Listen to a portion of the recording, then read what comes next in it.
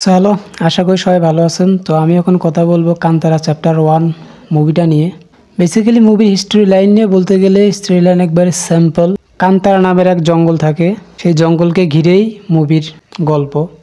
কিন্তু গল্প টুইস্ট তখন আসে যখন সেই জঙ্গলে শুধু এক দল না, সেখানে দুই দল মানুষ বসবাস করে। যেমন একদল মানুষ জঙ্গলের ভালো মন্দ বিচার করে বা জঙ্গলকে ভালো রাখার জন্য যুদ্ধ করে, সেখানে আবার অন্য দল জঙ্গলকে রাজার কাছে বিক্রি করার বা রাজার হাতে তুলে দেওয়ার পরিকল্পনা করে। এক কথায় একদল ভালো শক্তির সাথে মিশে থাকে আর একদল অশুভ শক্তির সাথে মিশে বসবাস করে। এখন সেখানে অশুভ শক্তির কাজ কী বা শুভ শক্তির কাজ কী, আর রাজার সাথে সেই জঙ্গল বা জঙ্গলের লোকেদের সাথে কি সম্পর্ক বা কি নিয়ে কোন ব্যাপার নিয়ে তাদের দুই দলের মধ্যে যুদ্ধ হয়, সেটা যদি আপনারা জানতে চান তাহলে আপনাদের দেখতে হবে কান্তারা চ্যাপ্টার 1 মুভিটা। প্রথমে কথা বলি মুভির পজিটিভ বিষয়গুলো নিয়ে। পজিটিভ বিষয় নিয়ে বলতে মুভির মধ্যে শুধু পজিটিভ আর পজিটিভ।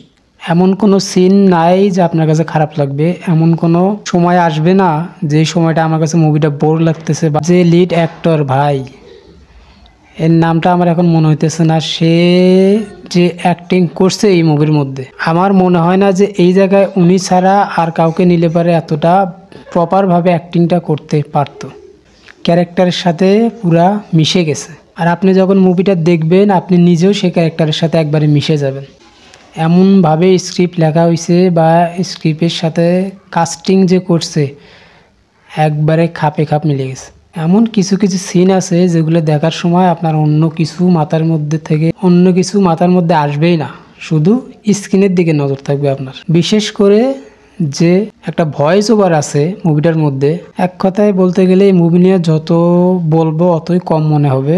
হ্যাঁ, কিছু উইক পয়েন্টও আছে মুভির মধ্যে, সেটা হচ্ছে যেমন অ্যাকশান সিনগুলোর মধ্যে কিছু কিছু জায়গায় বোঝা যাইতেছে যে তাকে রশি দিয়ে ঝুলানো হইতেছে বা টানা হইতেছে, এগুলো বোঝা যাইতেছে। আর কিছু কিছু জায়গায় একটু স্লো লাগছে।